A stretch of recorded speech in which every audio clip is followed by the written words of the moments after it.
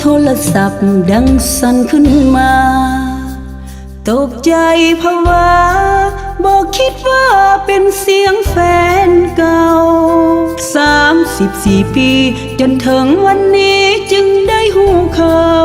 น้องยังบ่ลืมหักเขาที่เคยมีสัมพันธ์ต่อกันน้องสุดดีใจได้ยินอายเว้าเหมือนว่าสองเฮานั้นอยู่ใกล้ๆกันอเมริกา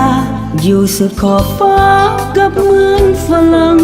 สายแน่นหักยังผูกพันเยื่อใยหักนั้นสองยังยืดยาวคิดถึงข่าวอดีตที่สูญน้องคาย